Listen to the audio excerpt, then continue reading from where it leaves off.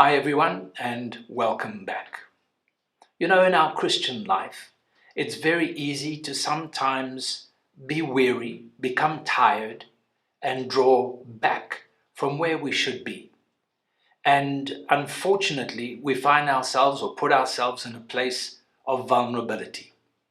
The Bible says the devil is like a roaring lion, seeking those whom he may devour. And we need to be careful that we don't allow our weariness and our involvement in the day-to-day things of life to put us in a place where we somehow draw back from what God has for our life. There's an interesting scripture in 2 Samuel chapter 11 where it speaks of King David. And it says there that when all the kings went out to battle, David stayed behind in Jerusalem. For whatever the reason, maybe he was tired, maybe he was just over the battle and I've done enough fighting and I'm going to let somebody else do it. I'm just going to stay here and rest a while. I'm going to take time out. What happened was, one evening he was on the parapet of the castle. He saw a woman that was bathing. Her name was Bathsheba. He ended up sleeping with her. She gave birth to his son.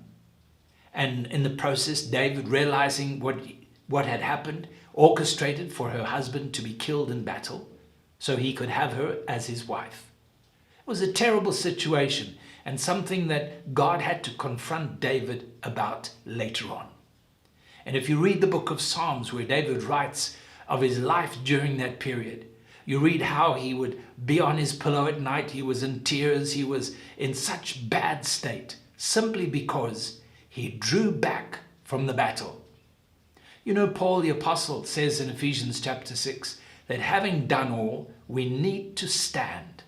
And in those days, when the two wrestlers got into the ring, the whole idea of wrestling, very different to what we perhaps know today, but the whole idea of wrestling was that they had to force their opponent out of the ring. That would bring the victory. And the moment the opponent was out of place, he was defeated. And it's the same for us. The enemy will do everything he can to draw us out of where we should be. You and I were called to walk by faith. You and I were called to stand in the grace of God.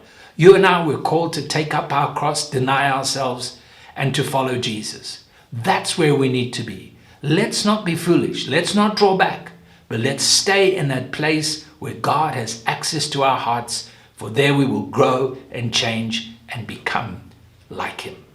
God bless you.